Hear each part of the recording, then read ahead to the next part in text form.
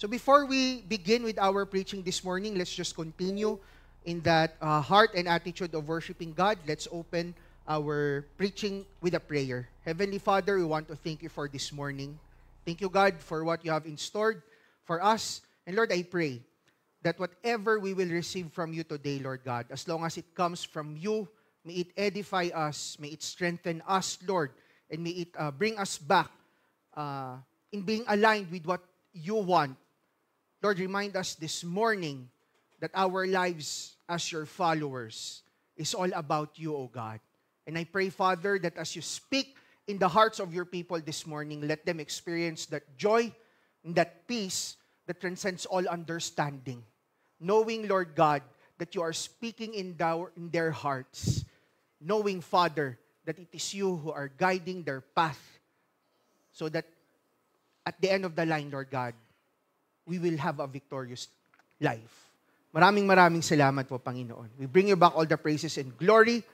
We lift up to you this service. This is all for you, Father. May your Holy Spirit anoint your people. This I pray in Jesus' name. Amen. All right. So for those who doesn't know me yet, so my name is Pastor MJ Manaay. I'm one of the associate pastors here in Win Alabang, serving with our senior pastor, Pastor Mer, and Pastor Paul. And by the way, pakibati naman natin si Pastor Mer and si Tita Tina ng happy anniversary. Sa happy anniversary, Pastor Mer, happy anniversary, Tita Tina. We pray and declare blessing upon blessing in your married life. Thank you for serving faithfully our church. So mamaya po, pagkatapos ng ating service, wag nating ipagdamot na iparamdam sa kanila that we are celebrating. They are celebrating, if I'm not mistaken, 40th year of marriage, 'di ba? 1 year older lang sa Win Alabang kasi tayo next year pa tayo magfo 40 years, So, mamaya pa batiin natin si Pastor Mer and si Tita Tina. Now, for our message this morning, I want to start with this question, And the question I'll be asking with us, I believe, is very important and it's very relevant because there are so many arguments happening around that kung hindi po tayo magiging aware, kung hindi tayo magiging sensitive, these arguments, will pull, if not us, and I pray it's not us, but it will pull a lot of people away from the Lord. And time again, we are being reminded, even us pastors, even me personally, we are always being reminded by the Lord, especially if you take time to listen to Him every day. There's always the voice of God reminding us of what Christian life is all about. There's always a voice of God reminding us what is it that He really desires. And there is the voice of God reminding us what really breaks His heart. At kung titingnan po natin yung scriptures, magmula pa sa Genesis up to Revelation, there's a single theme that the Bible tells us God desires for people to experience His love. God desires for people to know Him so that people will experience His love. God is not requiring us to worship Him. But worshiping God is just the proper response if we have truly experienced the love of God. Amen po ba? We have to be very clear on that. We worship God not because we are required. We worship God because if we really understand the love of God, there is no other response that could be more fitting. Amen po ba? We have to be very clear on that because the world is twisting so many things about the Bible. And we also have to check ourselves time and time again. Ano ang nararamdaman natin when people are saying things against the Word of God, when people are living their lives apart from the Bible? Why am I saying this? Because if we will miss the heart of God when it comes to this issue, we will fail as a church. We will fail as Christians. Grabe no, ang bigat ng introduction ni Pastor MJ, ano? Bigat ba? Sakto lang. Sakto lang. No? And I've been praying to the Lord kanina pa yung nag-worship. Sabi ko, Lord, give me wisdom. Kasi kahit ako nabibigatan on how to deliver it. But today, no, I'll try not to be your crying pastor this morning. Okay lang ba yun? Tatry ko po itatry. No? Today, I believe the Lord is leading me to send a message to us to remind us of what matters the most for Him. Kasi po, this church, the leadership, all the ministers, we praise God for your lives. We are moving towards the direction of God, towards expanding His kingdom. Amen po ba? But if we will not be watchful on what matters the most for the Lord, we can grow big as we can, and still fail. Amen? And we don't want that. There's such a move that God is doing right now. No, kung lalabas lang tayo sa four walls ng ating church, we will talk to other brethren as they serve the Lord. God is really doing something. We might not feel it, but God is really doing something to bring His people back to Him. Ang gusto natin, wag natin yun ma-miss out. At ang gusto natin, marami rin tayong isama. Amen po ba? Brothers and sisters, that's what Christian life is all about. So do not be deceived. Christian life is all about following God, making His agenda our personal priority. Sabihin nga po natin yun, personal priority. It should be embedded in our hearts individually. Not only when we are at church. If the agenda of God is embedded in our hearts personally, nothing in this world can stop us when we come together. Amen po ba? But if we will allow the gaps, which is the lies of the enemy to creep in, our community will crumble. Okay, it's very important that each and every time we are being reminded, Lord, what is it that you really want? Lord, what is this life all about? Lord, how can we really prioritize your agenda? And in our attempt to know that, there's a very important question we need to know how to answer, or what is the right answer. And that question is, how do we view those who are different from us? How do we view people who had different upbringing compared to us? How do we view the group of people who are from a different generation? Alam niyo po, when I was young, feeling ko aping-api kami ng mga baby boomers. Bakit? Kasi madaming nasisita sa amin. Na kasi nung panahon nila ganito, bakit daw kami ganyan? Sobra ako nasasaktan nun. Sabi ko, grabe naman tong mga baby boomers. But when I got old, I found myself being the same towards the Gen Zs. Ano ba sunod ng Gen Z? Gen X ba? Alpha, no? Generation Alpha.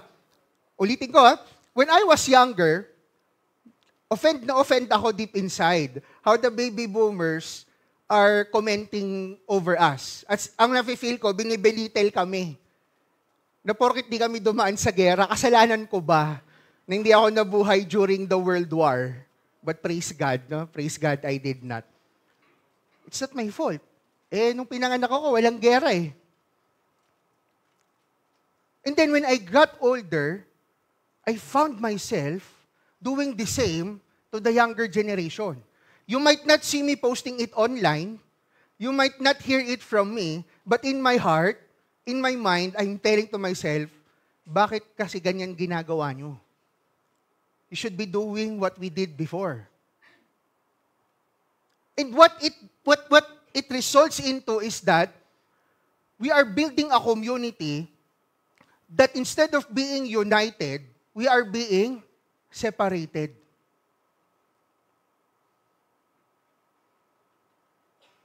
Instead of the church being really intentional in not just making disciples, being intentional in winning people so that they can become disciples of Christ,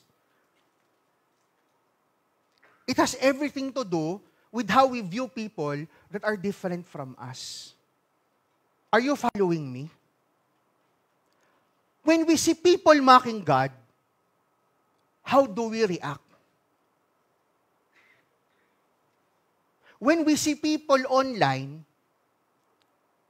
kasi according to studies po, 8 hours a day average time people spends online. Parang trabaho. Tama? Parang trabaho, di ba? Data po yun, nasa data na yun. No? And hindi lang, majority is millennials and Gen Z. Pero humahabol din ang mga baby boomers. No? Nasa data din po kayo. No? So lahat tayo. How does it make us feel when we hear people mocking God? What do we feel towards them? That's a very important question we need to answer, brothers and sisters. Because if we will not be able to have thoughts about them, to have emotions towards them that are aligned with what Christ thought and felt for us, we will fail. That's why I believe this message is very important. Especially if we are saying, we are declaring, and we are praying to the Lord to bring us to the next level. We have to always realign ourselves. What's the most important thing for the Lord? Amen? And you know what's worse? Hindi na po Christians versus non-Christians ang nag-aaway online. It's Christians versus Christians. Kasi ang preferred ng isang church na to, slow songs. Yung preferred ng isang church, fast songs. So maglalabasan sila ng Bible verses to prove who's right. We are claiming we are in one kingdom, but we are fighting amongst ourselves. Ano sa tingin niyo mangyayari sa isang bansang ganon? Magta-thrive ba? Are we helping propagate the agenda of the Lord? No. And if we can do that amongst our brothers and sisters, you don't need to tell me. I have a picture how we feel towards those who are against the Lord. I mean, this morning, it's my prayer, it's my hope, it's my desire, the Holy Spirit will speak to us to realign our hearts. I'm not expecting that today we will have 100% change of our hearts. But at least po, may maiwan sa atin to give us an opportunity to realign the way we think, the way we feel. Because when all is said and done, it's not about you. It's not about me. It's not even about this community. It's all about God. So let's start. For the past, pang-ilang topic na ba to? Pang-fourth na, no? For the past 3 weeks, today is the fourth, we've been discussing this series we entitled Strangers. So basically, inaaral po natin how God encountered those who are not yet in faith. Imagine this. There are so many things in the Scripture, so many wonderful things the Scripture has shown us of how God revealed Himself through the lives of the unbelievers. It could be just me, hindi ko na po kayo idadamay. But if you have the same mindset as me, say amen na lang sa mind ninyo. As a Christian, I have a tendency to make myself the main character of the story. Tapos yung mga unbelievers, kontrabida sila.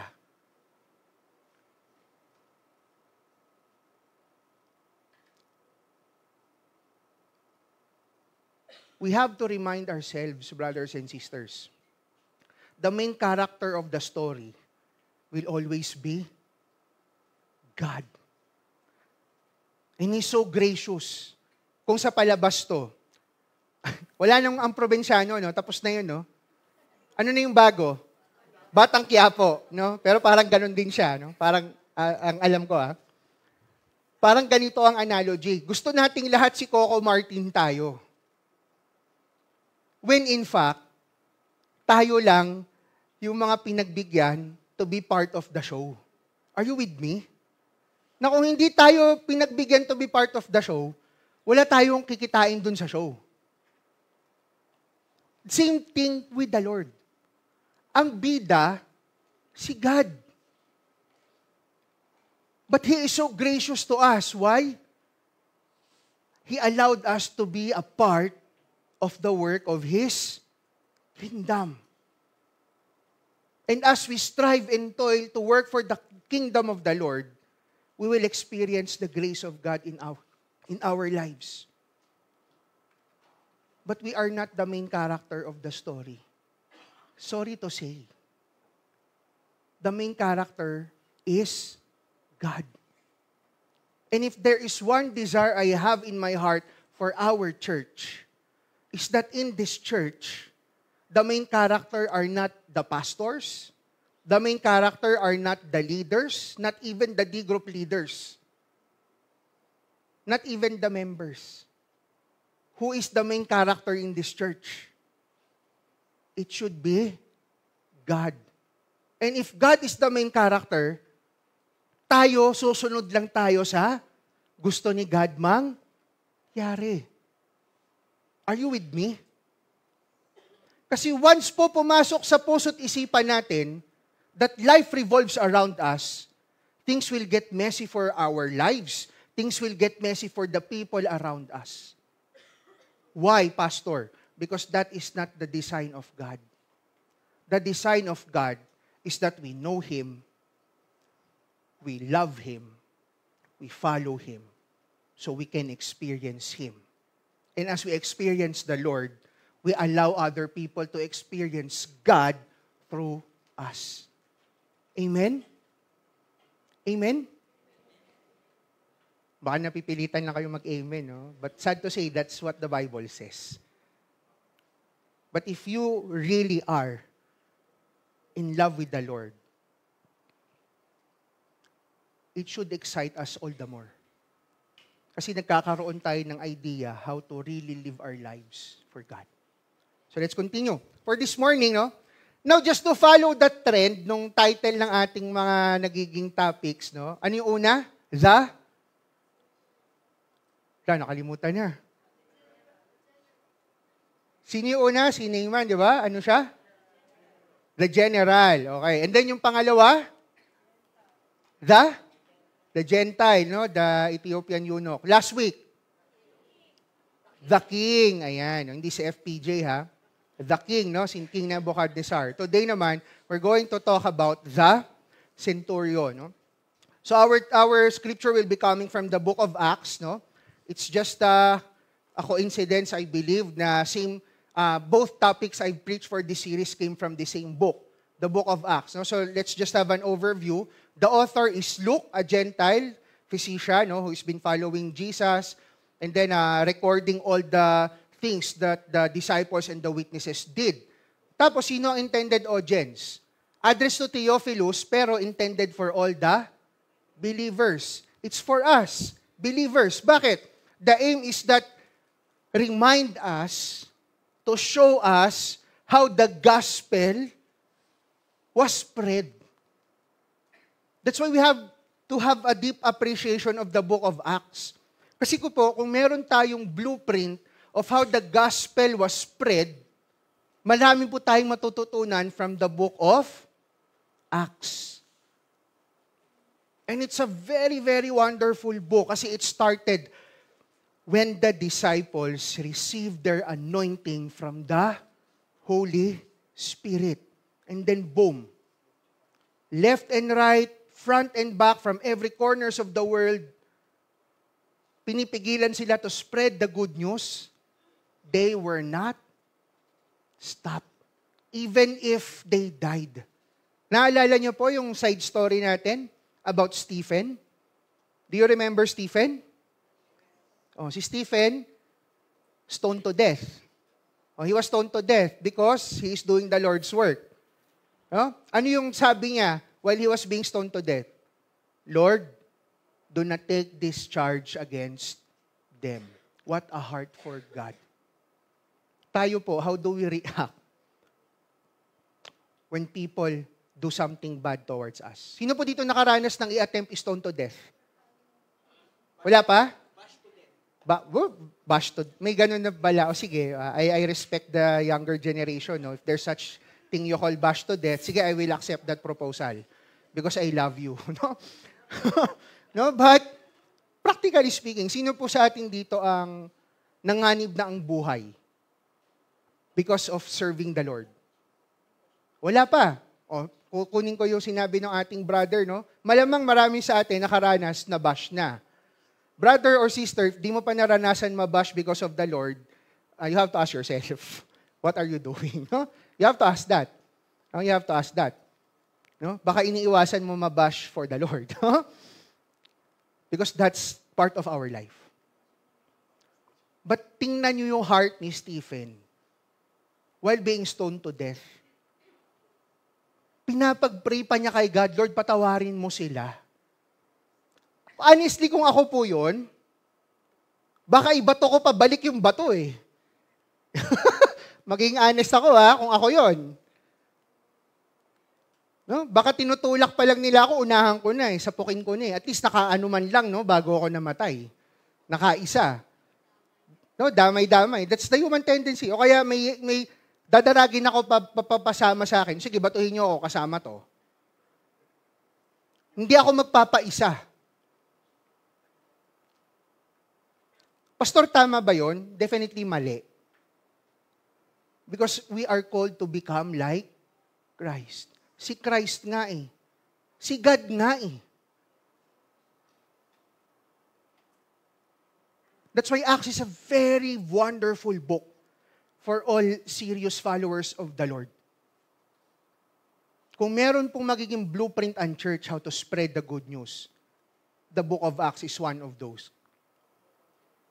But more than copying the things that they did, it's important for us to see how the Lord dealt with them.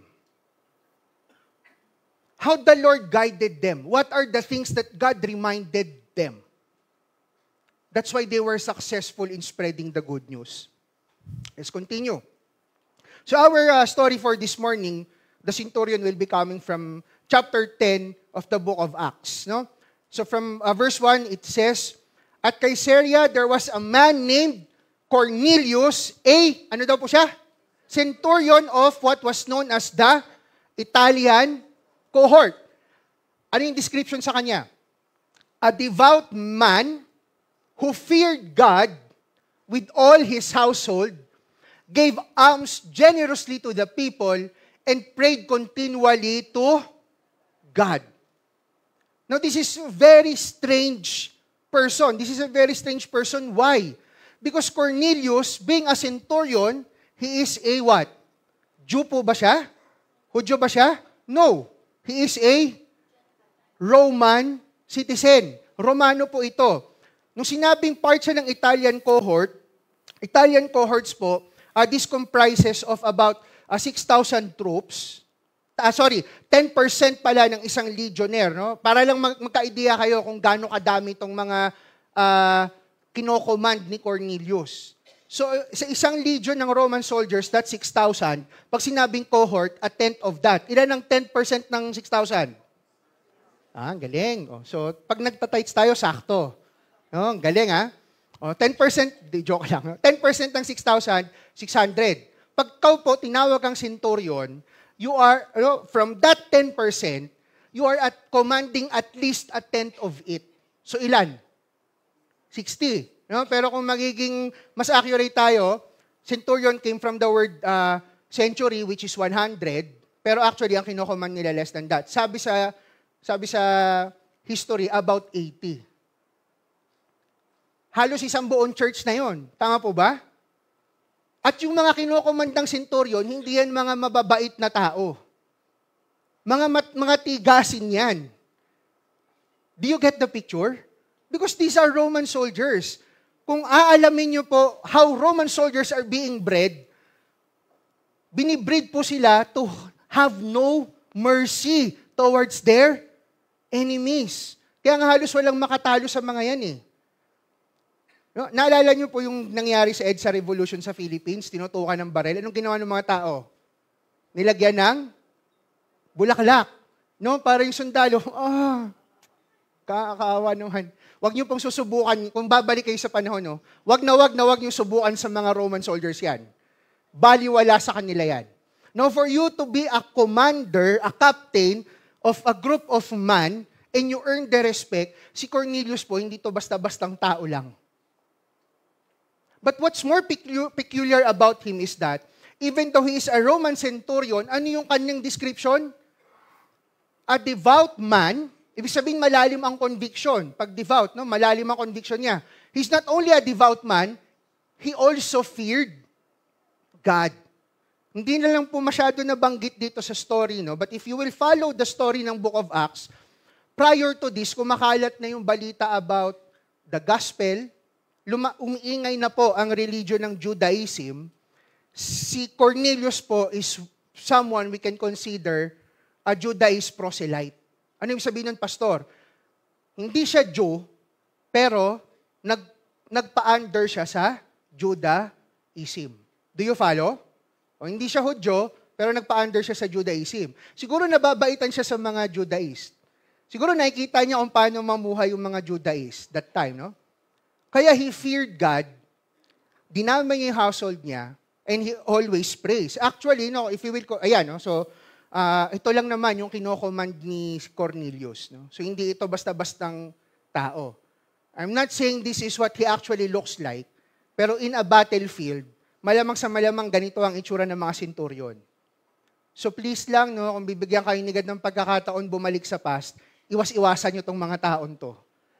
No? Huwag nyong makanti itong mga to. No? Kung today yan, binash nyo yan sa FB, hindi kayo sasagutin yan sa FB. Susugurin kayo niya sa bahay. Yan ang ganyan sila eh. Ganyan yung mga yan. No? So Cornelius is really, sabi nga ng isang nagme-mentor sa akin sa camping ministry, kung feeling mo, astig ka na, aralin mo yung mga centurion. Nang malaman mo. Sabi ko, oo nga, no? Oo nga. Tuloy na natin, no? He was a devout man who feared God. He prayed every day. And then this is what happened. No? Verse 3, about the 9th hour of the day. Pastor, ano yung 9th hour? Just to give you an idea, para pag nagbabasa po kayo ng Bible, di kayo maliligaw. Typically, they consider the first hour of the day 6 a.m. Do you follow? 6 a.m. No? So pag sinabing 9th hour, 9 hours from 6, ilan yon? Anong oras yon? 3 p.m. No? So at the 9th hour of the day, nagpe-pray si Cornelius. Bakit ito significant, Pastor? Kasi po, practice yan ng mga Hudyo. That every 3 p.m., they go to the temple to pray. Kung babalikan nyo din yung previous chapters ng Acts, no? Pinakita doon, Peter does that. No? Every Jews do that. No? And Cornelius, not being a Jew, but he was a Judaist proselyte, he does the same thing. So pinapakita dito that even though he is not a Jew, he patterned his lifestyle to the Jewish people. And during this time, at the 9th hour of the day when he prayed, he saw clearly in a vision an angel of God come in and say to him, Cornelius. Kung tayo po sa night of prayer, habang nagpe-pray ka, biglang lumabas sa harap mo yung angel at tinawag yung pangalan mo. What will you feel? Ako hindi ko alam, no? Kung ma-worship ko ba si God o kakabahan ako, no? Hindi ko alam eh. No? Pero ang kay Cornelius, no? Ito yung sinabi. And he stared at him in terror. Imagine, a centurion being terrified. Isipin nyo na yung pinakaastig na taong kilala nyo. Nung nakakita ng angel, he was terrified. And he said, What is it, Lord? I'm reading from ESV, but later on we will transition to NLT. Sa NLT, ang translation doon, what is it, sir? No? So imagine, no, kung gaano, ano kaya ang eksena no? Astig na lalaki, tiklop nung nakita ng angel. And he said to him, the angel said to him, your prayers and your alms have ascended as a memorial before God. What's amazing in this part is that even though Cornelius was not yet technically a Christian, but because he does things that pleases God, God honored it. Why am I saying this? Kung yung Diyos na sinusundan po natin, kaya niyang i-honor yung mga tao na hindi pa siya ganun kakilala, what right do we have to have animosity towards them? Do you follow?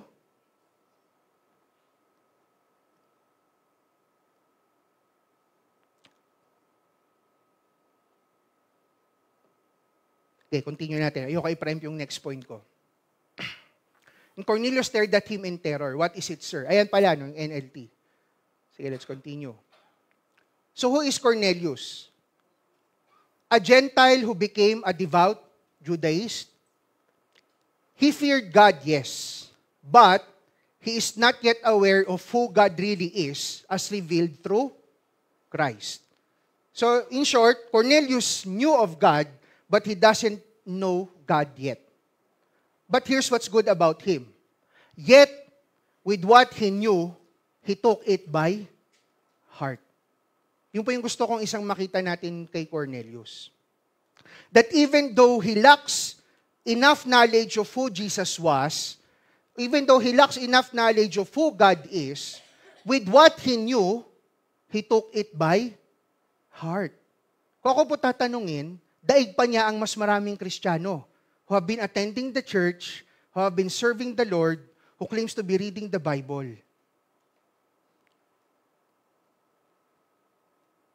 Lagi itong sinasabi ng isa sa mga mentor ko, si Pastor Paul. It doesn't matter how much you know if you don't do all of it. Kasi what's the use? Do you follow? Ano yung maganda kay Cornelius? Talo natin to, I believe, sa knowledge of God, at least from this moment. But God honored him. Why? Because with everything he knew, he took it by heart. Kaya lang, there's still one thing that's lacking. What is that?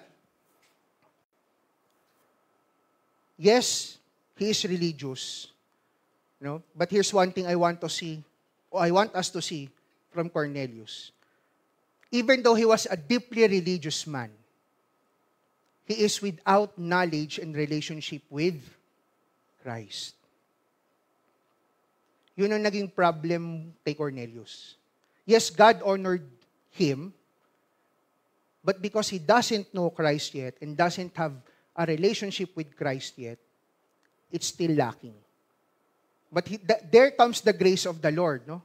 That because he need to know Christ, nagpadala si God ng angel to give an instruction to Cornelius. But I want to pause for a moment here. I want us to remind ourselves, let us not take comfort of the religious things we are doing for the Lord. Yes, we do it because we love God. Amen po ba? Amen po ba? You come here every Sunday because you love God and you want to hear from Him more and more. Amen? Is it correct po? We pray every day because we love God. Amen po ba? Amen? Amen. But do not take comfort that because we are doing those religious things, automatically, we are in Christ. Huwag po tayo malilito. If you are in Christ, automatically you will do those things. Amen po ba? But not because you do those things, you are automatically in Christ. So kung meron po tayong i-check deep in our hearts, are we really in Christ?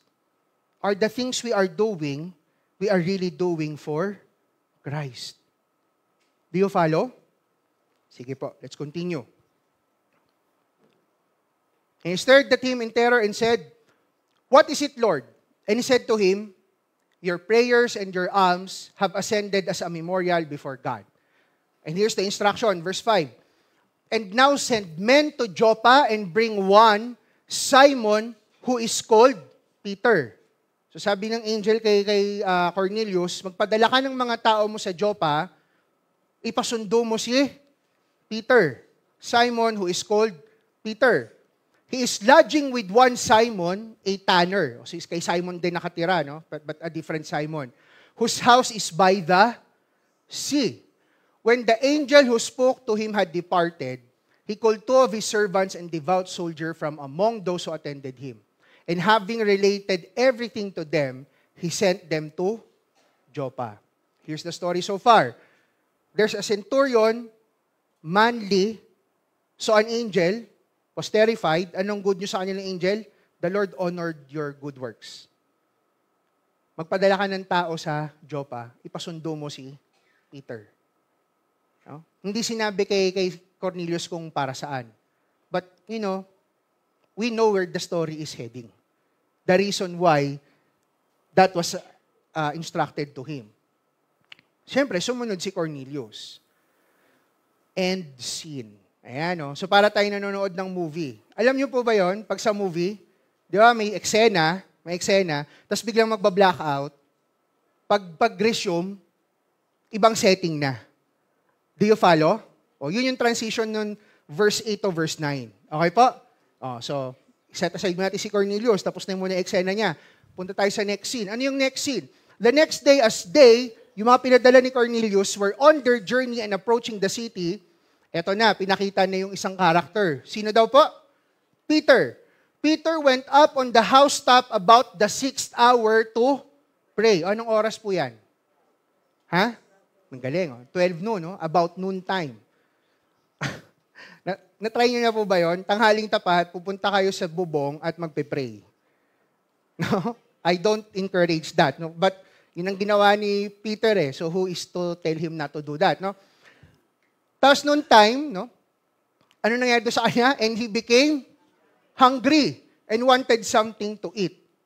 But while they were preparing it, he fell into a trance. No? Biglang, di ko alam kung anong itsura ng trance na yan eh. Kung bigla bang pumuti yung mata niya, no? Hindi natin alam. No? Basta, ang nangyari dyan, he received a vision from God. No? Verse 11, "And saw the heavens opened and something like a great sheet descending, being let down by its four corners upon the earth." I compared this to the NLT version. No? Ang itsura po niyan, while Peter was praying, tag dito, wag po kayong bibitaw kapit lang sa story. As Peter was praying ng tanghaling tapat, nagutom siya, tapos bigla siyang nagkaroon ng vision. Nag-open daw yung heaven and there was, something like a great sheet. Para anong nangyari, nagbukas yung heaven, tapos nag-open ng isang malaking LCD screen projector. Clear po? Yun yung nangyayari doon eh. Nag-open daw yung heaven, like a great sheet descending, no, being let down in its four corners upon the earth. Parang nagkaroon ng sine si Peter. No? At ano ang nakita niya doon? Ito yung nakita niya. And in the sheet were all sorts of animals, reptiles, and birds. So may nakita siya doon, no? Mga iba-ibang klaseng hayop. Reptiles and birds. Then a voice said to him, "Get up, Peter, kill and eat them." Gutom ka di ba? Patayin mo, kainin mo. Anong sagot ni Peter? "No, Lord," Peter declared, "I have never eaten anything that our Jewish laws have declared impure and unclean." Ano yung isa kong gustong makita natin dito? Na si Peter ang pinakamaangas na disciple. Bakit? Inutusan siya ni God, anong sagot niya? "No, Lord." Sino po dito ang kagaya ni Peter? Siyempre, wala nga amin sa atin. No? Siyempre, wala. No? Kaya lang, no? Saan ba nagagaling si Peter dito? Bakit it would be against the Jewish laws kung susundin niya yan? No? Kung babalikan natin, no, way back sa Old Testament, ganito ka-stricto kasi ang mga Jew. Kapag may hayop dyan, na nasamahan ng impure na hayop, in this particular scenario, ano ang impure na hayop dyan? The reptiles. No? The reptiles. Are you following me? Oh, hold on lang, no? At dahil may reptile sa eksena, hindi siya kakain nun. Bakit? Because according to the Jewish laws, it is considered unclean. May masama ba doon? Wala naman. No? Wala naman. Actually, kung babalikan niyo sa Old Testament, no, they are so serious in following the Lord. No? Kaya lang, there is something God is preparing Peter so that the gospel can successfully be spread. Ano yon? No, Lord, di ako kain yan. Hindi ko sabi ng Jewish laws, bawal. Anong sabi ni God? Do not call something unclean if God has made it clean. The same vision was repeated ilang beses po? 3 times.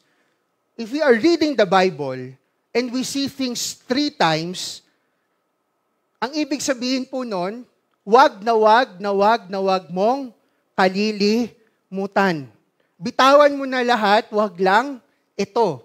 Yun ang ibig sabihin ng 3 times. So 3 times nakita ni Peter yung vision na yon, narinig niya, do not call something unclean if God has made it clean. Ano bang ibig sabihin nito, Pastor MJ? Let's move forward. Baka po kasi nag-iisip na kayo ng unclean things, tapos sasabihin nyo, God made it clean already, sabi ng Holy Spirit. No? Wait lang. No? Alamin natin ano ba yung sinasabi niya dyan. But here's the principle I want us to get from this one. Ano? There are so many times in our lives, what's hindering us from doing the will of God? The number one person hindering us from doing the work of the Lord, sino po? Tayo. And that's what God is trying to break kay Peter. No, yes, Jewish laws are well and good. Kaya lang may pinapagawa na sa'yo si God. So we have to learn that in order for us to follow God more, when we hear from the Lord, no matter how uncomfortable it may be, no matter how our flesh is against it, we are to, ano po yung nakalagay dyan? Deny ourselves. Matthew 16:24-26 says, then Jesus told his disciples, if anyone would come after me, sino po ang kausap ni Jesus dito? Sino po ang kausap ni Jesus? Disciples. Sino po dito ang disciples ni Jesus Christ? Taas ang kamay. Naku, pastor, may problema tayo. Ang konti ng ang konti. Ulitin ko, bigyan ko kayo ng second chance. Sino po dito ang nagsasabi, I am a disciple of Christ? Ayan. So sa ating lahat to sinasabi. Agree? If anyone would come after me, let him deny himself and take up his cross and follow me. None of us can successfully follow Christ if we will not deny ourselves. For whoever would save his life will lose it, but whoever loses his life for my sake will find it. Importante po, hinighlight ko yung for my sake. Kasi if we are doing things we say we are sacrificing, but the intent of our heart is not for the Lord, baliwala. Do you follow? So ano yung sabi ni Jesus? For those who wants to follow Him, we must deny ourselves, take up His cross daily, follow Him, and ano pa? Be willing to lose our lives for His sake. For what will it profit a man if he gains the whole world and forfeits his soul? Or what shall a man give in return for his soul? What's another important thing about self-denial? Denying ourselves so we can love others more. And loving others, hindi lang po yan yung mga kapatiran natin. Tayo nga pong magkakapatiran, minsan ang hirap magmahalan eh. Tama ba? Ako, yung kapatid ko, si AJ, no? Hindi naman laging madali siyang mahalin. And I'm sure hindi din ako laging madaling mahalin. What more yung hindi mo kadugo? Nagkilala lang kayo sa church, di ba? If you will ask me what the scripture says about the number one thing that stops us from obeying this command, it's because we are not willing to deny ourselves. Alam niyo po ang number one reason ba't ang hirap magmahalan? Kasi walang gustong magpalugi. Or baka ako lang yun. Baka ako lang. Kasi Pastor MJ, umingiti-ngiti lang ako, pero pag nalulugi ako, sa loob, napanood yun na yung Inside Out? Hindi pa? Pero kilala niyo yung si Anger, yung pula? Yun, aalboroto talaga sa utak ko yan. Pag feeling ko, nalugi ako. And if we go back to the scripture, that's what makes it difficult for us to follow this commandment faithfully. Kasi we miss the most important thing. That if we want to follow Christ, we have to deny ourselves. Our traditions, our comforts, mga kinagisnan. We have to let go of all those things for the sake of Christ. If our traditions, if our religion, or religious acts, and religious requirements will hinder us from doing the Lord's work, it's not worth it. Amen? Hindi ko po sinasabing tigilan na natin yung mga religious acts natin. If we do that as an expression of our love for God. Amen po ba? But don't let it get in the way of loving other people. Not because siya hindi umattend ng night of prayer kagaya mo, you're a better person already. If you will ask me, the biblical thing to do, pray to the Lord, Lord, how can you use me to encourage my brother to go with me so that he can enjoy your presence as well? Do you follow? Kaya lang di natin yun magagawa eh. If we don't deny what we feel and let the agenda of God prevail. Amen? Sabi sa John 13:34-35, a new commandment I give to you. Sino po ulit yung kausap dito ni Jesus? Sino po? Sino po dito yung disciples ni Jesus? So sa atin to lahat ulit, no?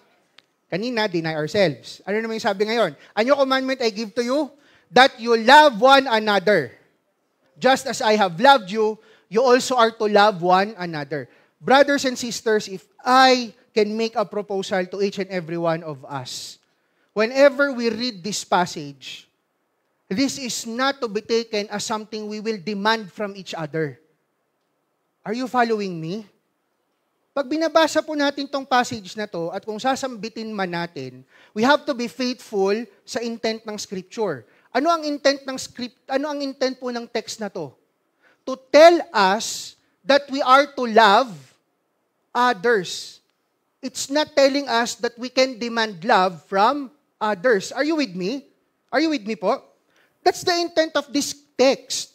Jesus is saying to us, if you are my disciple, deny yourself. If you want to follow me, and if you want people to know that you are my follower, love other people. Wala na pong usapan doon kung marereciprocate yan o hindi. Are you with me? We have to be faithful sa intent ng Scripture. Sorry hindi po ako galit sa inyo. I just don't want us to miss what the Scripture is telling us to do. Kasi imagine a church na laging nagde-demand from one another. Psst, sabi sa Scripture, love one another, you love me. Eh kung magganunan tayong lahat dito. Now imagine a community that is faithful to the Scripture. Ano ang laging intent? Lord, how can I love this brethren? Lord, how can I love this sister? Help me to love them more. The commandment is from us to other people, not other people towards us. Are you with me? Lugi ako dun, Pastor MJ, Well, yes. Sorry, no? Lugi talaga. But don't forget, our God had it the same way. Are you with me? Because when God, became man in the person of Jesus Christ, Jesus Christ did not come here to be worshipped. Tama po ba? Jesus Christ did not come here para mahalin siya ng mga tao. Why was Jesus Christ here? So that people will know the magnitude of the love of God, whether you accept it or not. Even to the last breath. Ano ang prayer ni Jesus? Father, can you help me? Ano yung sabi ni Jesus? Father, forgive them. Lord, forgive them. For us followers of Christ, that is the kind of love we are being required. Pastor, paano yan pag-aabusuhin tayo?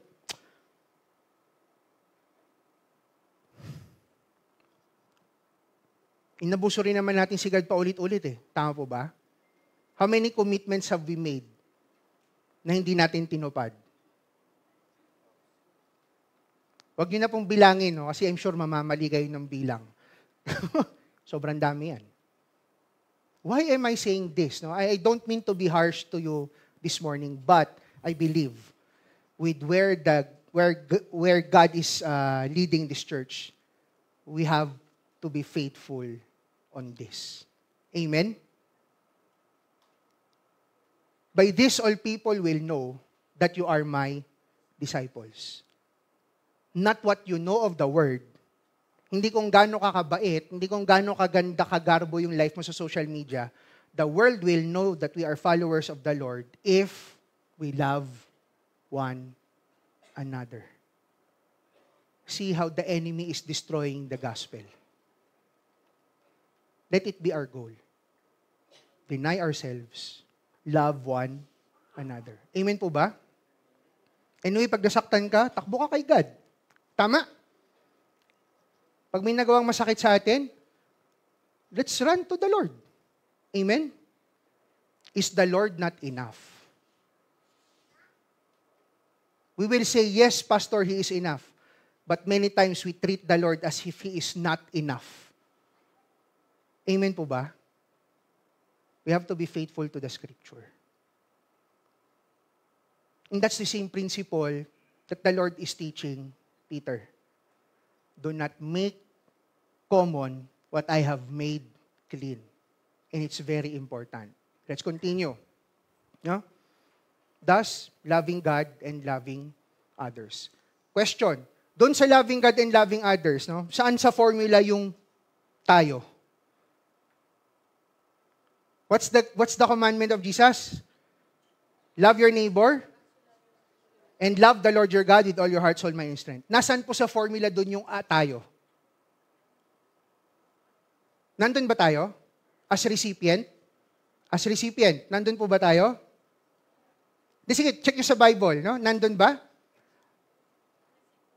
Love your neighbor, love God, so you will be loved. May ganun po ba doon? Wala. Tama?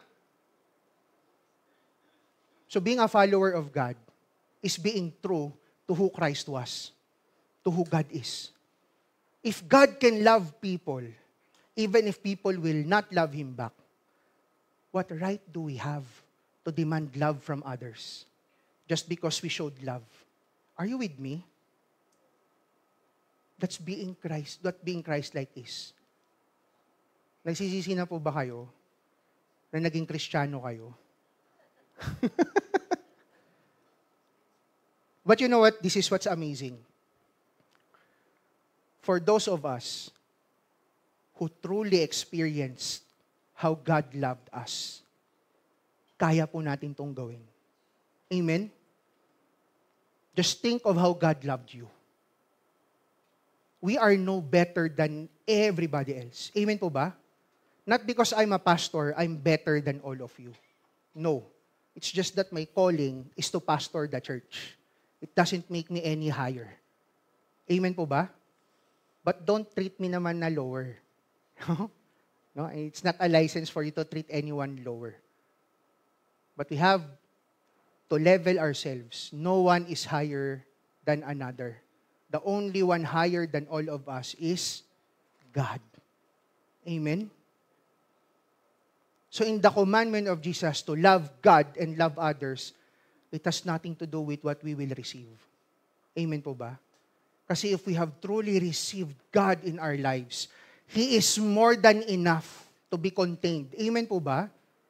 If we have truly experienced who God is, He is already more than enough to be contained. That is why obedience to the Word is our response to His love. Amen po ba? That's what being a true Christian means. Sige, tuloy na po natin. Self-denial. Peter was very perplexed. What could the vision mean? Just then, the men sent by Cornelius found Simon's house standing outside the gate. So habang nagwa-wonder si Peter, ano ba yung nakita ko na yun? Ano ba yung narinig ko na yun? Biglang dumating na yung mga pinadala ni Cornelius. They asked if a man named Simon Peter was staying there. Meanwhile, as Peter was puzzling over the vision, the Holy Spirit said to him. Sino po dito ang makakapag-claim that the Holy Spirit spoke to them? Wala. Talaga. Sure. Sige. Pero dito, malalaman natin, kaya ang ganda ng Acts, at least it gives us an overview. Sige nga, paano ko ba malalaman, Lord, if it is truly you who are speaking to me? Observe natin. Meanwhile, as Peter was puzzling over the vision, the Holy Spirit said to him, 3 men have come looking for you. Get up, go downstairs, and go with them without hesitation. Don't worry, for I have sent them. So binulungan siya ng Holy Spirit. Now, gusto ko lang i-highlight ito, This is how the Bible describes the work of the Holy Spirit. Whenever the Holy Spirit empowers people, whenever the Holy Spirit speaks to people, it is always so that we can do His will. Gusto ko po kayong bigyan ng guideline. For you to discern if it is your voice or the voice of the Holy Spirit, yung bang kiniklaim natin naririnig natin is something na pinapagawa ni God? O yung naririnig ba natin is something na gusto nating makuha? Are you with me? Do not use loosely the name of the Holy Spirit. I forgot the name of the actress. Kung napanood niyo po yung War Room, yung bidang babae po doon is actually an author and a preacher. And in one of her preachings na narinig ko, sobrang ganda ng sinabi niya. Yes, last na na-mention si Holy Spirit as the person of God. Tama ba? No, we have the whole Old Testament for God the Father. We have the Gospels dedicated for Jesus Christ. Si Holy Spirit na person ni God, lumabas na lang in Acts na. He is the last. Pero ang sabi ng preacher, but do not forget that Holy Spirit is also God. Amen? Ang Holy Spirit po, He is also God. So between you and the Holy Spirit, between us and the Holy Spirit, sino ang masusunod? Sino po? Kung paano tayo gagamitin ng Holy Spirit, sino ang masusunod? Kung mangungusap po ang Holy Spirit sa atin, because He is our God, whose agenda should it be all about? The agenda of God.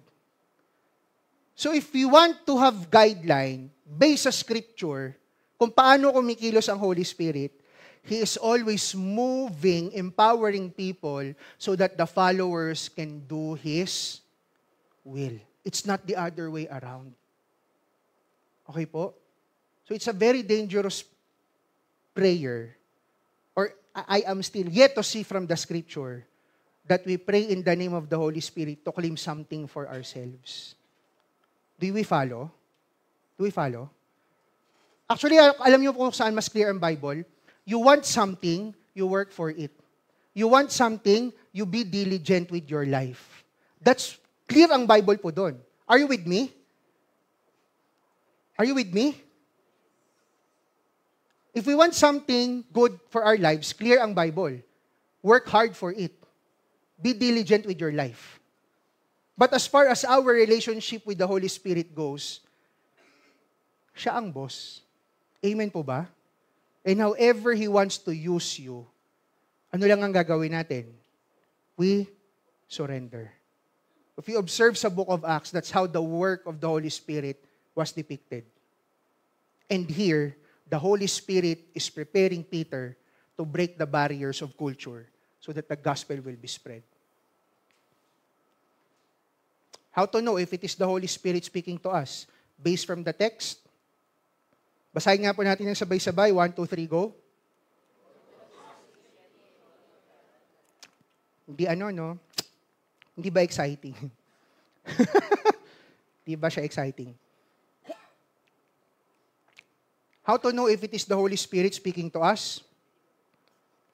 If the goal is to lead people to God. If the Holy Spirit is indeed speaking to you, it is God speaking to you. If the Lord is speaking to us, kaninong agenda po ang ipaprioritize natin? Agenda ni God. Let's continue. So Peter went down and said, I'm the man you are looking for. Why have you come? They said, we were sent by Cornelius, a Roman officer. He's a devout and God-fearing man, well respected by all the Jews. A holy angel instructed him to summon you to his house so that he can hear your message. So Peter invited them to stay for the night, and then the next day they went with them, accompanied by some of the brothers from Joppa. So nagpasama si Peter, may mga sinama siyang other co-believers niya of Christ. They arrived in Caesarea, and the following day, Cornelius was waiting for them and had called together his relatives and close friends. O yan na, parating na si Peter. Si Cornelius was very excited. Tinawag niya yung mga close friends niya at mga relatives niya. No? Sabi, ito na yung pinapadala ng angel. As Peter entered his home, Cornelius fell at his feet and worshiped him. No? It just goes to show, wala talaga pang masyado idea si Cornelius. Basta gusto lang niya si God. Clear? Kasi kung Christian na to, hindi nito i-worship si Peter. Tama ba? No? Kaya po ako, as your pastor, pag dumating po yung time, nagde-demand ako sa inyo to worship me. Do me a favor. Do not. Okay po ba tayo doon? No? Ano yung sagot sa kanya ni Peter? But Peter pulled him up and said, basahin natin na sabay-sabay. 1, 2, 3, go!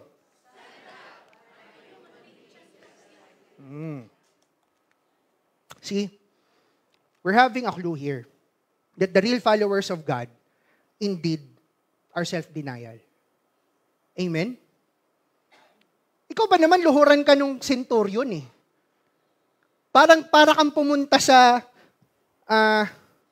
BDO.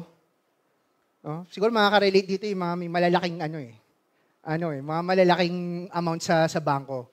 Yung pong mga tao na may dinedeposit na sobrang lalaking amount sa bangko, correct me if I'm wrong, pag pupunta sa bangko yan, sinong sasalubong? Bank manager. Ba syempre, VIP to eh. If we are followers of Christ, wala pong ganon. Not even me as your pastor. Because why? Because we are all human beings. So if an unbeliever mocks us, it's okay. Even if the people we love so much, that we want to, bring to the Lord, mocks us, don't fight back. And if ever you help someone to know God, never demand.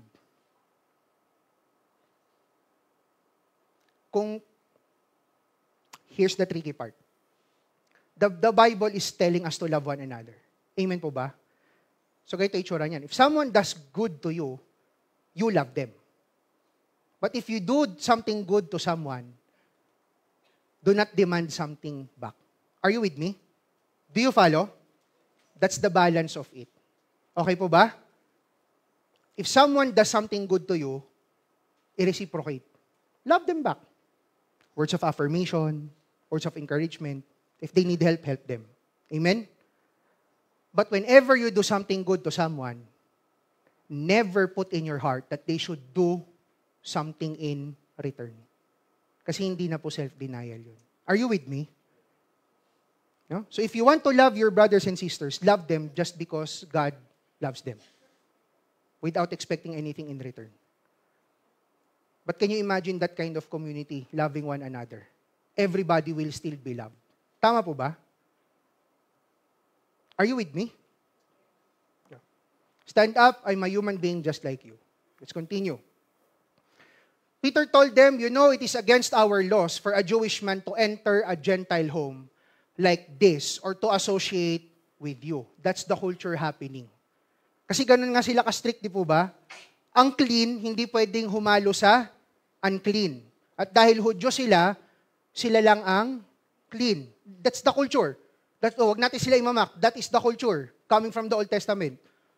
Ito na nga po yung binibreak ni God so that the gospel will be spread. But God has shown me, yun, nag-make sense na kay Peter yung vision. But God has shown me that I should no longer think of anyone as impure or unclean. Wala nang discrimination pagdating sa part na yon. Mapahudyo ka man, mapahentil ka man, mapa-churchgoer ka man o hindi, walang clean, unclean sa atin. All of us are the same. In what sense? We all desperately need God in our lives. We all desperately need to know Christ. If not for Christ, we are nothing. But here's the good news. Now that you are in Christ, your life has now full of meaning. Amen? But it does not give us license to think, to speak, to feel lowly of other people. Amen po ba? Kasi kung titingnan natin sila sa ganong lens, we will never be intentional in reaching out to them. It will always be, what's in it for me? Amen? God has shown me that I should no longer think of anyone as impure or unclean. Ano yung sabi sa kanya sa vision? Do not make common what I have made clean. The gospel has to reach everybody. It chooses no race. It chooses no gender. It chooses no lifestyle. The gospel is for everyone. What's our job? Empowered by the Holy Spirit, share the gospel of Jesus Christ. How? Show them the love of God. Paano? Deny ourselves. Amen? What's the reward? One day, we will hear God, King of Kings and Lord of Lords, telling us, well done, my good and faithful servant. People might not appreciate you.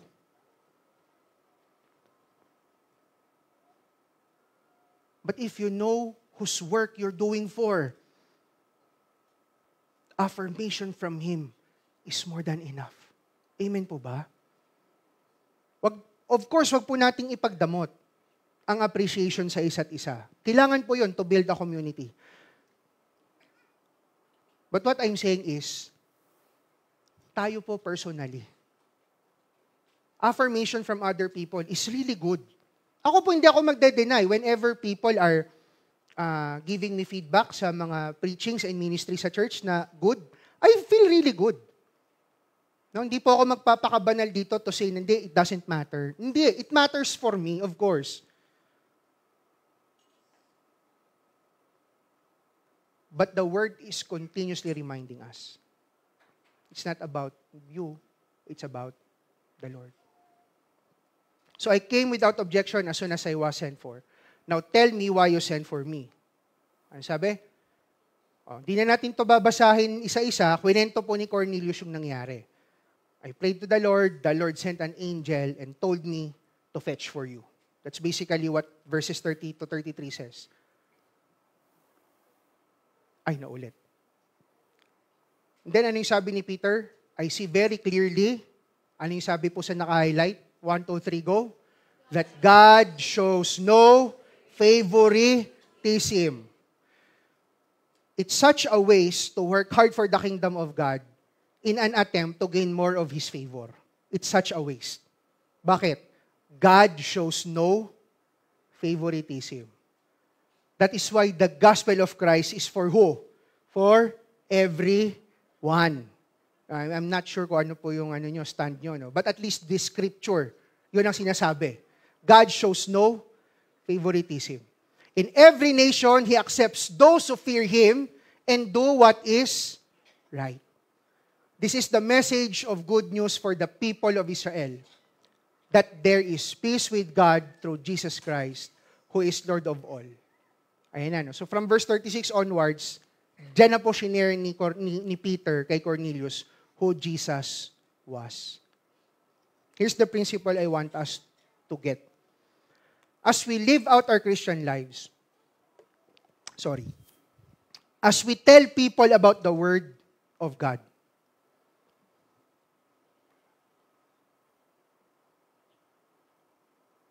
what is the intent of our hearts? Is the intent of our hearts to make them feel bad about their sins? Or is the intent of our hearts for them to know the love of Christ for them? Crucial po yun, brothers and sisters. Here's my proposal. Before we do anything that we claim we do for the Lord, we pray to God first. Ask Him to set our hearts straight. Amen? And ask the Holy Spirit to empower us so we can do His will. Before we say anything, before we do anything, before we share anything, pray to God first. Amen? Because it's not about us. It's about the Lord. Let's continue. And you know that God anointed Jesus. No? I'm not gonna read it one by one. No? But just showing this to you, to show you that for the succeeding verses, Peter shared to Cornelius the gospel of Jesus Christ. But I would still encourage you to read it up until verse 43. Bakit? Kasi po, no, kaya nating i-share yung whole story ni Jesus Christ without taking too much time. Isa yun sa gusto ko po makita natin dito. No? So just read through it kung paano ni Peter kwento kay Cornelius who Jesus was. And this is the amazing thing that happened. Even as Peter was saying these things, the Holy Spirit fell upon all who were listening to the message. This is a very wonderful thing. Why? Kasi po si Holy Spirit, hindi lang siya for the Christians. He is also for the unbelievers. If the Holy Spirit will choose to work in them, He will work in them. Amen? Do not treat the Holy Spirit as your personal pagmamayari. No, He is our God. He is for you. He is for the unbelievers. He is for the Gentiles. He is for everybody. And if He chooses to work in them, He will work in them. And that's an amazing thing. Even as Peter was saying these things, the Holy Spirit fell upon all who were listening to the message. The Jewish believers who came with Peter were amazed. Bakit? Because the gift of the Holy Spirit had been poured out on the Gentiles too.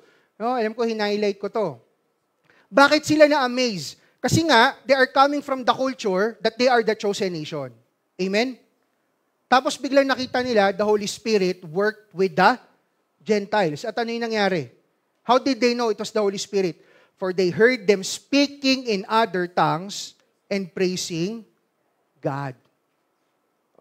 Alagyan ko lang po ito ng para ma-imagine natin. No? This is not the same speaking in tongues na sinasabi sa 1 Corinthians 14. No? This is the same speaking in tongues na sinabi sa Acts 2. Cornelius and their whole household were able to speak another language na naiintindihan ng mga Hudyo. Bakit sila na-amaze? Kasi Cornelius and his household, hindi naman yan mga Jew. And then in an instant, they are speaking the language of the Jews. And how did we know that? Kasi dinescribe What were they saying? Praises for God. If you can remember from the story of Tower of Babel, because of man's disobedience, anong ginawa ni God? Pinag-iba-iba yung lengguwahe. Tama? But this time around, God is reaching to the people. Anong ginagawa ni God? Ni-unite niya ulit yung language so that everybody can help one another to know God. Amen? If we will be a faithful church, that should be our ultimate goal and desire, to help everyone to know God more. Let's continue. Even as Peter was saying these things, no? And then Peter asked, can anyone object to their being baptized? Kung maalala niyo po yung preaching ko about Ethiopian eunuch, baptism was, for the Jews only. But because of the work of the Lord, ano sabi ni Peter? Can anyone object to their being baptized? Now that they have received the Holy Spirit just as we did. This is the Holy Spirit breaking the barriers of cultural differences. So he gave orders for them to be baptized in the name of Jesus Christ. Afterward, Cornelius asked him to stay with them for several days. Now, this is where the story ends. What I ultimately want us to see here is, let us not let our personal differences, let us not let our biases get in the way of serving the Lord. And the entire book of Acts is dedicated in showing us how the Lord break those barriers. If you are a follower of God, it's no longer about your culture. It's no longer about your nationality. It's no longer about your preferences. If you are a follower of God, the only thing that matters is God. And what does God want? That everyone will know Him. Even generational barriers, wala na po yun dapat. Cornelius was an upright man, but he needed to know Christ. But to all who believed Him and accepted Him, He gave the right to become children of God. They are reborn not without a physical birth resulting from human passion or plan, but a birth that comes from God. If you are listening to this message, and you've been doing your best to live the right way, that's well and good, brother and sister. But to make it more complete, you have to have a relationship with Jesus. And it's my prayer that this church can help you with that we can help you with that.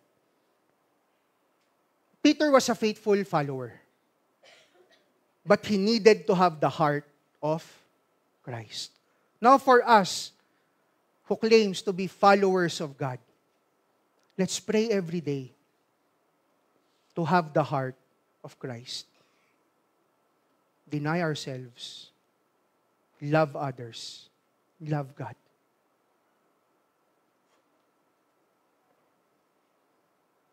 1 Timothy 2 verses 1 to 6, I urge you, first of all, pray for all people. Ask God to help them. Intercede on their behalf. And give thanks for them.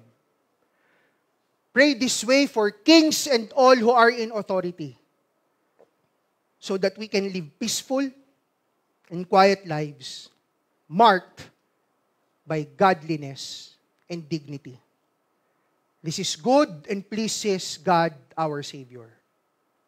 God who wants everyone to be saved and to understand the truth. God wants all to be saved. So as followers of God, let it be our ultimate priority. Let's set aside first our biases. Let's set aside first our preferences. Let's major on the major. What does God really want? He wants all to be saved. So as we end, thank you for bearing with me. I know this is quite a long preaching. It's my prayer, whether I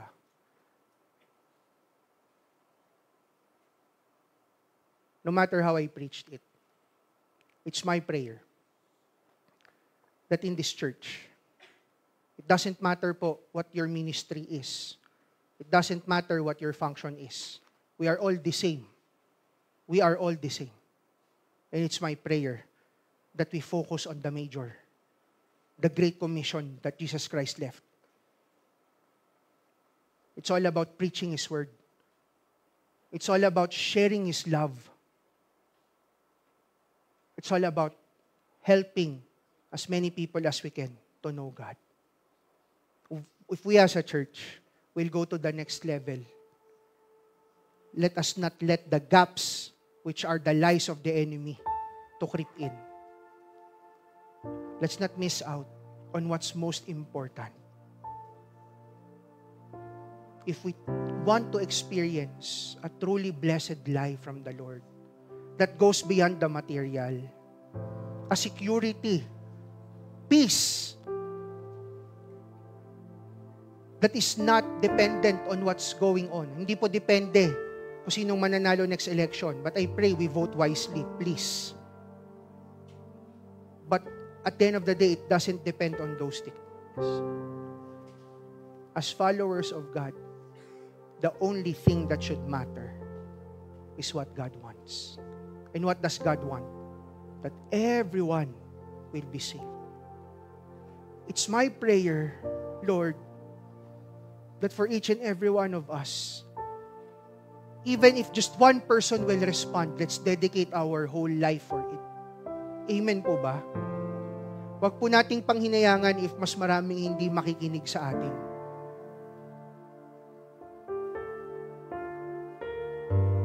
Even just one soul who will genuinely follow the Lord. Even if we will spend our entire life just for that one soul, that's how precious it is for the Lord. You know how precious souls are for God? He became a man to suffer. Even if not everybody will believe Him. Why? Because it's His goal to reveal His love. That's the God we are following. That's the God of the universe who loves you. The one true God.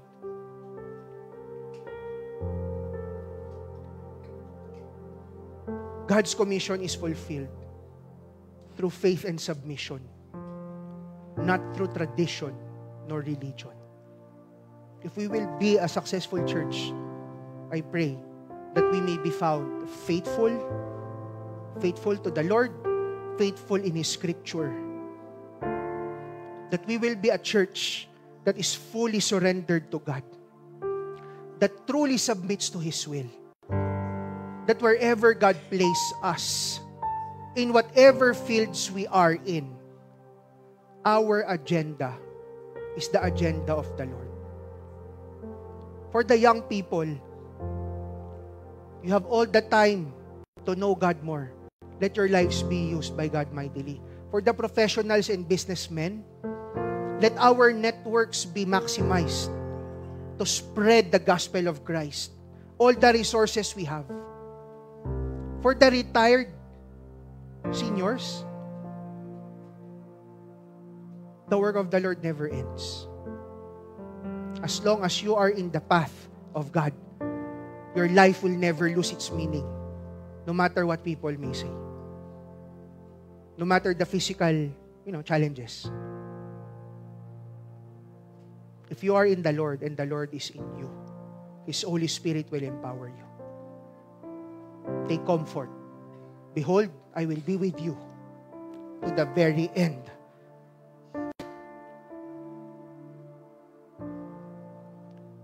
And if you're listening right now, not yet sure of your relationship with the Lord, I hope this gave you an idea how important you are to the Lord. Not because you are good. You are important to the Lord because He loves you, because that's who He is. And it's my prayer that you don't miss out that life with God. Let us pray. Lord, I pray, If anyone here is not yet sure with their relationship with you, I pray that may your Holy Spirit speak to them. Like Cornelius, Father, that may they be led to you.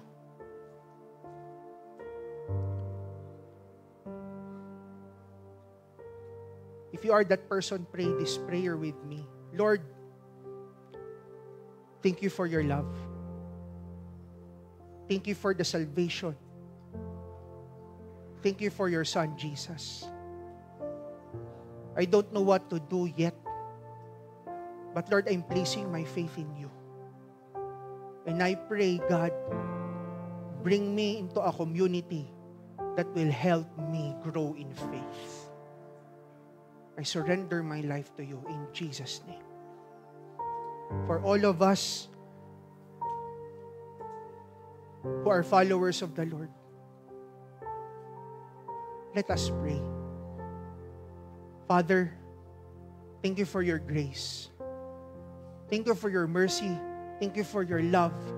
Thank you for your provision. Thank you for all the equipping. Lord, our prayer is that we may always be found faithful in you, Lord. That may our lives revolve around you, around what you want. That our desire for you will grow deeper and deeper. So deep that the hurts of this world will mean nothing anymore. Because we are deeply joyful in you. Lord, for my brethren who are hurt, who are confused, who feel lost, I pray, may your Holy Spirit heal their hearts, restore their minds, restore their bodies.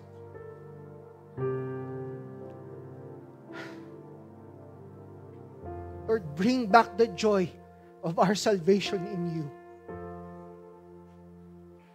And let that joy drive us to break barriers between people so we can share your love unconditionally, just as you have loved us.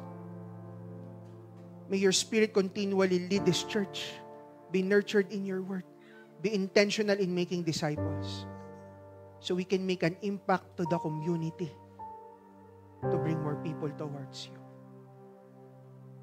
I pray, Lord, that may your Holy Spirit empower us this week.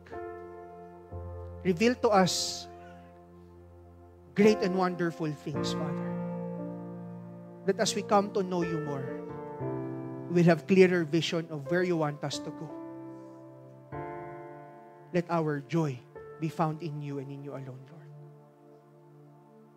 Thank you for your word. Thank you for your presence.